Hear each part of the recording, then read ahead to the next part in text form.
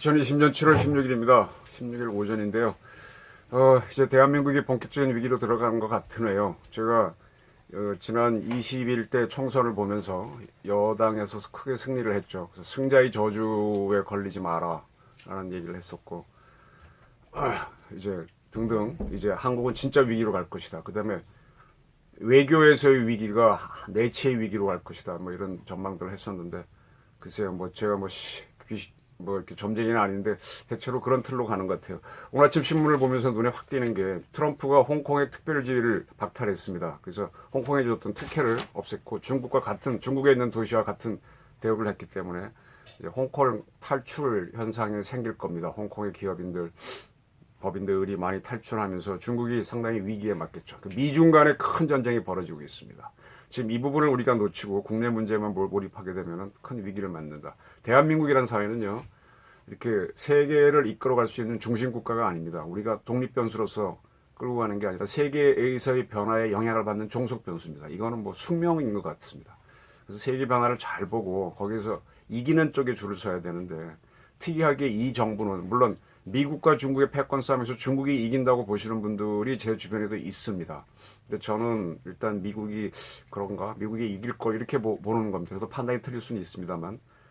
그렇게 보고 있는데 지금 이 정부 세력들은 반미잖아요. 그래서 미국과 어긋나는 구도를 취하면서 우리가 주도적으로 해서 세계를 리드할 수 있다. 특히 한반도 문제는 우리가 주도할 수 있다. 이런 주장을 하는데 저는 어불성설이다. 이게 제 판단이었습니다. 두 번째로 남북관계가 한반도에 미친 영향이 큽니다. 남북관계도 결국은 세계적인 정치 속에서의 한반도 문제거든요. 우리의 분단과 또 전쟁도 또 세계 정치 속에서 이루어진 건데 자꾸 우리 주도로 하겠다. 저는 그게 아니라고 보고 있습니다. 그래서 한반도 문제를 우리한테 유리하게 통일을 하려면은 어떻게 세계를 움직여야 되고, 세계를 움직일 수 있는 주된 나라가 중국이냐 미국이냐, 그럴 때 그걸 선택을 잘해라, 이제 그런 판단이었고, 그게 그런 면에서 지금까지 그럭저럭 해왔던 게 보수 정권이었습니다. 근데 진보적인 정권은 그 반대로 가면서 우리 주도로 하겠다라고 하다가 보니까 세계적인 국제적인 문제를 틀어버렸고, 틀게 되면은 한국이 외교적으로 A 노선 가다 B로 갈아타는 거잖아요. 그러면 세계가 이건 뭐지 하면서 거기서도 뭔가 대응이 오면서 대한민국은 둘로 쪼개집니다. 이런 것들이 과거 조선이 대원군이 자기 아들, 큰 아들을 시켰으면 자기가 섭정할 수 있는 기간이 짧잖아요. 둘째 아들을 시켜갖고 고종을 만들어서 조선을 통치하다가 고종이 성인이 됐습니다. 그래서 내가 직접 통치하겠습니다. 친정을 하니까 이제 물러납니다. 물러나는데 그러고 나서부터는 그 부인인 민씨들이 들어와서 세도 정치를 세게 하게 되죠.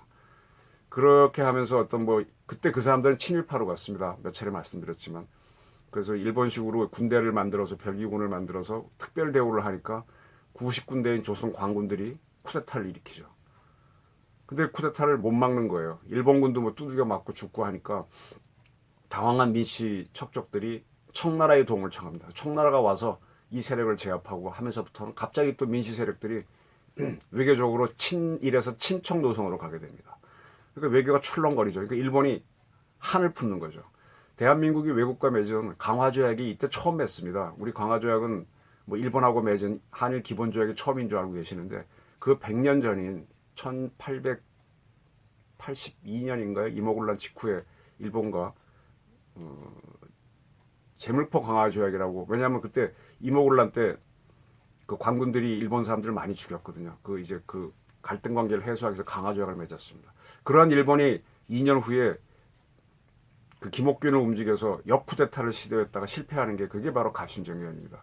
그래서 그런 게 쌓여 있다가 나중에 10년 후에 동학이 일어났을 때 청과 일본이 동시에 들어와서 동학 세력을 누른 다음에 둘이 전쟁을 벌여서 이긴 쪽이 일본이죠. 그러면서 우리가 다시 또 친일로 가는 겁니다. 그때부터는 일본이 한번 당한 게 있으니까 계속 조선을 비틀어 갖고 바로 을미사변을 일으켜서 그 다음에 민비를 죽이죠. 거기가 자기네들이 입장에서 가장 많이 배신을 한 사람이라고 본 거죠. 그리고 죽이고 그 다음에 조선을 청으로부터 완전히 떼어내기 위해서 대한제국으로 만들어줬죠. 동급의 나라로 만들었으니까 더 이상 청의 속국이 아니다 이렇게 하고, 그 다음에 보호국으로 만들었다가 합방으로 가는 그런 외교의 실패가 국가의 망으로 가는 거지 않습니까? 이런 거는 고려 말에도 보이고 고구려 무너질 때도 보입니다. 근데 지금 이렇게 대한민국이 외교를 쭉 해온 걸 이걸 근간을 틀어버렸어요. 네. 그래서 백선엽 장군 같은 경우에 이분이 여러 가지 문제가 있겠지만 한미 동맹을 상징하는 사람인데 이분을 이렇게 홀대를 하려고 하는 이 문학을 드러내면서부터 이게 한 상징적인 것이죠. 그래서 박원순 시장의 죽음과 이 백선엽 장군의 죽음이 대비가 되는 게 그런 거였습니다. 크게 보게 되면. 그래서 외교에서 이렇게 틀어지니까 국내에서는 고려 말에 이제 원하고 그다음에 명이 대립했을 때 우리 고려 국내에서 친원파 친명파가 대립하다가 친명파가 이겨서 이렇게 되는 것처럼 지금 친미 노선 가다가 친중 노선으로 간다고 뭐 친북 노선도 좋고 그렇게 하니까 갈등이 생기면서 이제 파업게임이 생기면서 여기서 축이 기울면서 한국 정치 그림이 바뀌는 것이죠. 그래서 저는 선거를 너무 크게 이겼기 때문에 여당이 승자의 저주, 자기 마음대로 할 수 있는 욕심에 빠졌다가 위기에 빠질 수 있다라고 봤었던 겁니다.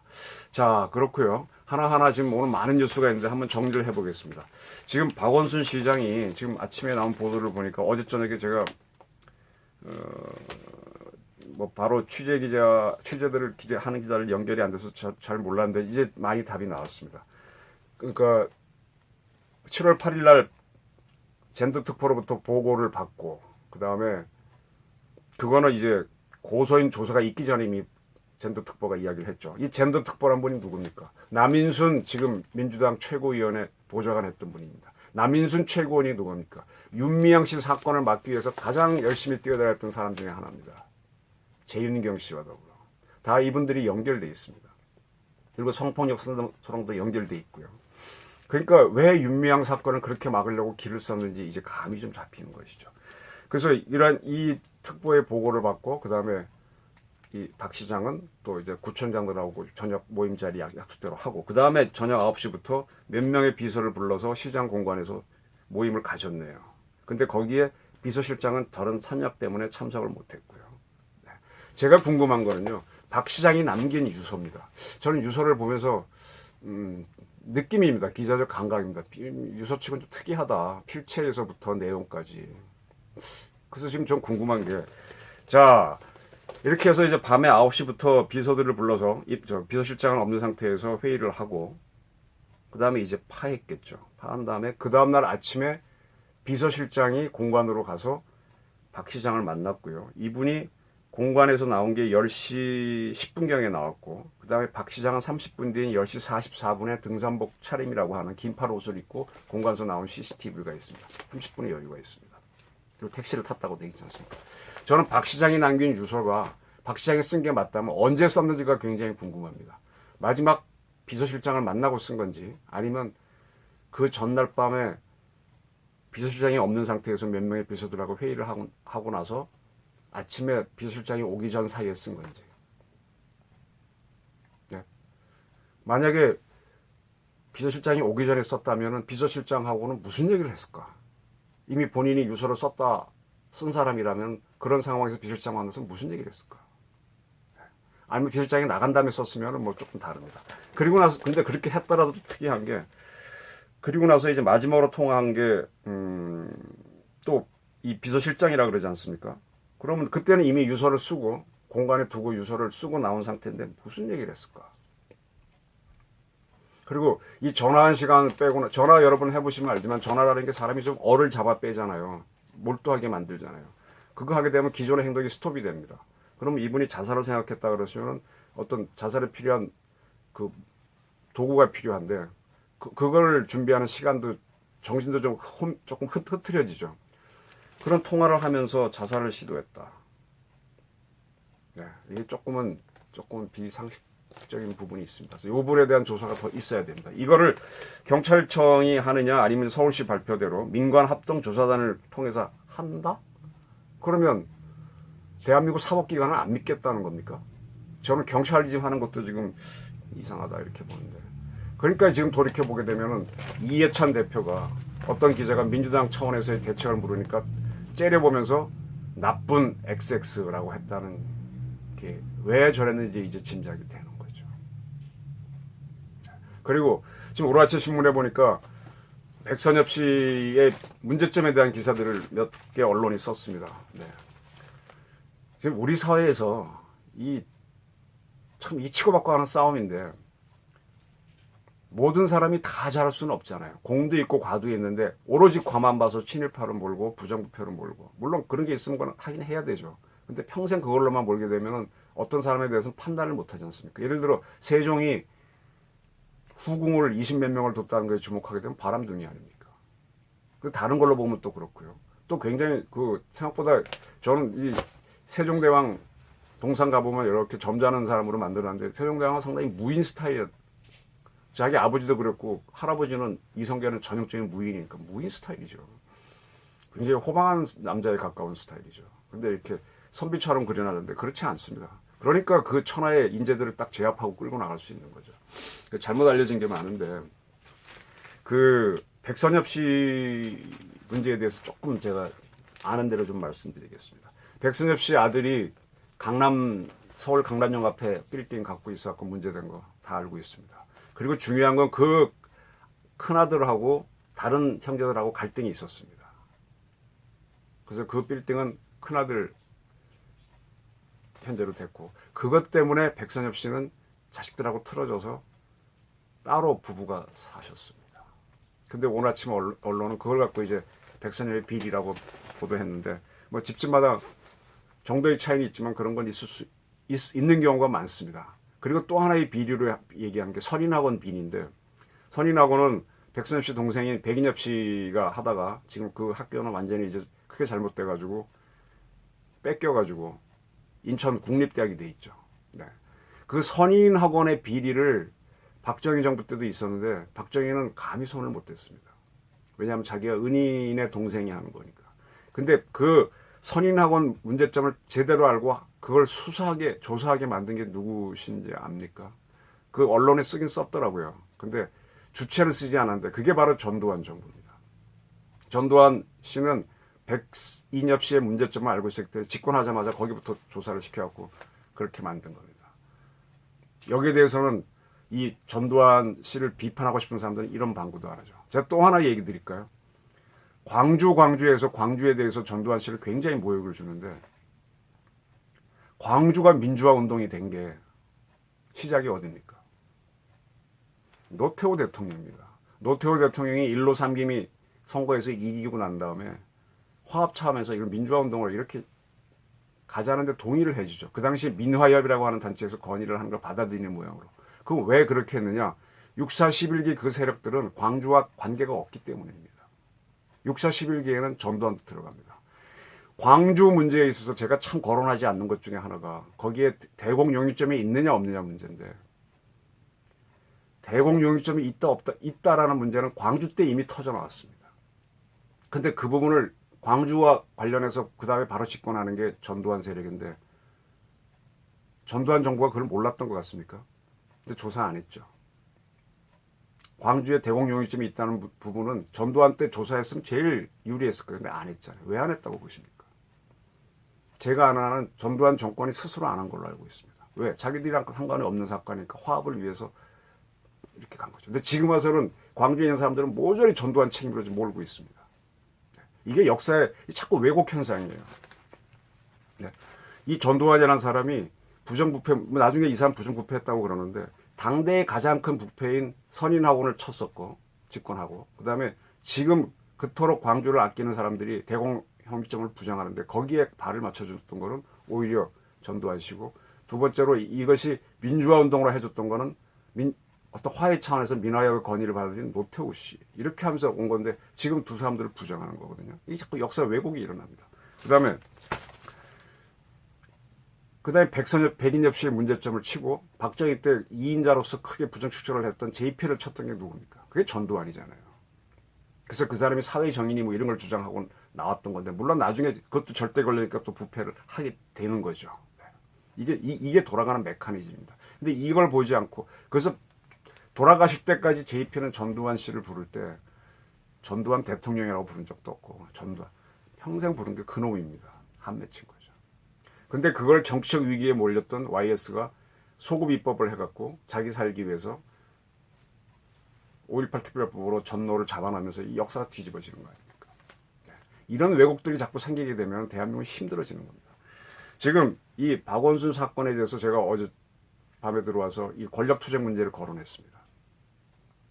박원순 시장이 비서실장을 만나기 전인지 만난 다음에 택시 타기 그 사이인지 유서를 썼습니다. 그런 유서를 썼을 때는 더 많은 사람들하고의 교감이 있었고 이런 거죠.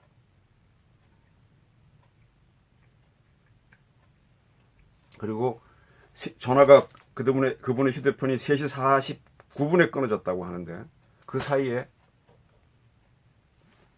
또 무슨 일이 있었느냐. 그리고 어떻게 대한민국이 지금 미중 간의 갈등에서 이렇게 자기 위치를 못 찾고 또 어떻게 대한민국에서 국정원장을 가족이 외국인인 사람을 임명하느냐. 이거 정보기관서는 이건 안 돼요. 대한민국을 오로지 이건 진짜 신원조사 철저하게 해서 하지 말아야 될 걸 임명을 하고 어떻게 대한민국 통일부 장관을 주사파 출신을 시키냔 말입니다. 그러니까 이게 과거의 틀하고 다 바뀌는 겁니다. 이 행정가를 공부해 보시면 역관주의라는 게 있습니다. 역관이라는 게 뭡니까? 엽색 행각처럼 이렇게 자리를 사는 게 역관주의 아닙니까? 과거 미국에서도요. 정권이 바뀌면은 대통령이 바뀌면은 그 많은 공무원 자리를 자기 사람으로 싹 바꿉니다. 또 바뀌면 또 바뀐다. 그러니까 국가의 행정이 춤을 추는 거죠. 그래서 미국에서 이건 안 되겠다 해가지고 대통령이 끌고 들어올 수 있는 자리를 제한합니다. 그리고 나머지는 그대로 공무원 둡니다. 그리고 이분들의 신분을 보장하고 그게 뭐 연금하고 결합돼서 공무원의 신분을 보장하고 안정적으로 갑니다. 이게 실적주의라고 그래가지고 그래서 국가의 일관성을 유지하는 겁니다. 이게 미국식 공무원제고 그게 이제 대한민국이 도입한 겁니다. 그래서 누가 대통령이 되라도 꼭 요구해야 되는 외교 안보 문제라든지 이거 일관성을 유지하는 거거든요. 미국이 그래서 이제 직업 공무원제가 시작이 되는 겁니다. 지금처럼. 그리고 또 미국에는 노조도 있고 공무원 노조. 그래서 함부로 못 바꿉니다. 근데 대한민국은 어떻게 된 게 직업 공무원제를 초기부터 했는데 미국같이 그런 아픔을 겪지 않고 하다 보니까 지금 어떻게 정권 바뀌면 역관제처럼 되고 있습니다. 그죠? 그리고 또 그 공무원 노조라는 게 어느 한편만 가서 역관주의에 도와주는 역할도 하고 있어요. 그러니까 이 나라가 춤을 추는 거죠. 외교 같은 문제는 바뀌지 말아야 하는데 마구 바뀌고 전작권은 어떻게 한다. 이렇게 하니까 이제 대한민국이 흔들흔들 하는 거죠. 직업공무원제를 도입해놓고 연금제를 해놓고도 연금제를 갖고 오히려 역관제를 조장해서 너 이거 안 하면은 뭐 연금 안 줘. 이런 식으로 해서 따라오게 만드는 이런 식으로 돼 있지 않습니까? 거꾸로 가고 있지 않습니까? 이런 걸 바로 잡아야 되죠. 그래서 지금 이 문재인 정부가 들어서서 적폐하면서 밀어붙였던 것들이 역관주의적 요소도 난다는 겁니다. 자기들 입장에서는 이게 문제였죠. 맞습니다. 근데 자기들은 그보다 더한 걸 하고 있었던 거죠. 자기들은 안 보고 남을만 본 거죠. 그리고 그 사람들이 그걸 하는 것도 그 이면에 보게 되면 뭘 유지하기 위한 그런 것도 있는데 그것까지도 깨부수라 그러니까 나라가 춤을 추고 외교가 꼬이고 근간이 흔들리니까 지금 이렇게 그러다가 자기들도 똑같은 짓을 하고 있었네 하니까 이제 묘순이 극대로 와버린 겁니다. 대한민국 위기가 이제 시작될 겁니다. 자, 지금 정부가 많은 돈을 뭐 대한민국 국민 사람들 뭐 재난기금 주게 되면은 선거 때도 뭐 많이 좋아하니까 되게 끌고 다니기 쉽잖아요. 근데 몇 번 주다 보면 정부 재정이 고갈됩니다. 지금 정부가 하는 게 뭡니까? 6.27 부동산 대책부터 세금 많이 걷는 걸로 하잖아요. 왜냐 뿌렸으니 도굴을 걷어야 되는데 부자 중심으로 걷겠다고 뭐 부동산세 이렇게 걷어들입니다. 걷어들이는데 이 부자들이 견뎌내면은 세금을 내겠지만 이 사람들이 파산하면 세금이 안 걷힙니다. 그럼 어떻게 됩니까? 돈은 풀었는데 돈이 안 걷히면 국가는 경제 위기로 가게 되죠. 미국은 견딜 겁니다. 근데 우리가 그걸 견딜 수 있는 이건 두고 봐야 됩니다. 일단은 세금으로 거두려고 지금 세금을 쪼이는데 조세 저항이 생길 겁니다. 그럼 이 정부가 이걸 전체로 끌고 갈 수 있으면 좋은데 끌고 갈 힘이 없다. 대선은 2년 후로 다가온다. 자, 오늘 이재명 씨가 뭐 어떤 결과에 따라서는 신문에 나왔네요. 서울시장, 부산시장, 울산시장, 경기지사까지 선거를 한다면 대한민국 유권자의 절반 이상이 참여하는 보궐선거가 벌어집니다. 그러면 바로 레임덕이죠. 이 위기를 문재인 대통령이 어떻게 돌파하시겠냐고요. 그런데도 아직도 북한 코드를 붙잡고 있고 160조를 투자하겠다. 세금이 안 거치면 그것도 안 되는 겁니다. 자, 그래서 이제는 당신네들의 그 보는 관점을 탁 놓고 팩트를 가지고 다시 그림을 그리라 이겁니다. 이제부터 뭐 잘하기는 어렵고요. 위기를 좀 막는 쪽으로 가야 됩니다. 이 갈등이 적어야만 뭘 추진할 수 있는데 그 개혁을 한다고 조사를 하게 되면 갈등이 자꾸 일어나요. 막 뭐 조사한다고 흙탕물이 일어나게 되면 엉망진창이 되거든요. 그러면 정작 하려는 적부청산도 안 됩니다. 이건 행정학에서 갈등학 공부해 보면 고려대학교 제가 좋아하시는 행정학교 김영평 교수님 만나 갈등학 딱 공부해 보면 갈등이 커지면 커질수록 개혁은 안 됩니다. 갈등을 쫙 가라앉혀 놓고 하고 싶은 걸 하는 게 그게 리더십인데 계속 적폐하라고 뭐 뒤지기만 하니까 점점 싸움만 벌어지고 정작 가고자 하는 개혁은 못하고 자기들도 모순에 걸리고 이게 능력이 없는 거예요. 박원순 씨가 자살을 했답니다. 자살의 정도로 보게 되면 안희정 지사보다는 약한데 자살을 했습니다. 누구를 향한 도전한 거일까요? 서울시장 정도 되면요. 제가 이 말씀을 서울시장은요. 모든 정보계에 다 들어갑니다. 그분은 어항 속의 금붕어입니다. 이 정부가 들어서서 정보기관에 실력자들에 대한 사찰을 뭐 금지하게 하겠다 그랬는데 저는 그거 듣는 순간에 재발등 찍겠네 그랬어요. 사찰을 해야 됩니다. 해서 문제점이 있으면 막아야 되고요. 큰 문제점이 있으면 이런 사태가 벌어지기는 물러나게 했어야 됩니다. 그래서 정보기관들은 다 알고 침묵하고 있다가 마지막 순간에 알려준 걸로 보입니다. 그러니까 이렇게 상황이 커지는 거죠. 사찰해야 됩니다.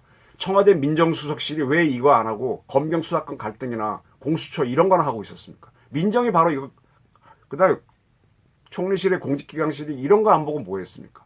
국정원 요원들이 나가서 이거 보면서 대통령 통제 주요 요인들 통제했어야 되는 거고 경찰청 지금 공수처가 옛날 경찰로 얘기하면 사직동 팀이 비슷한 거예요. 고위공직자 관리하는 거니까 관리했어야죠. 고위공직자 수사처를 만들 게 아니라 관리처를 만들어서 엄한 짓을 못하게 만들었어야죠.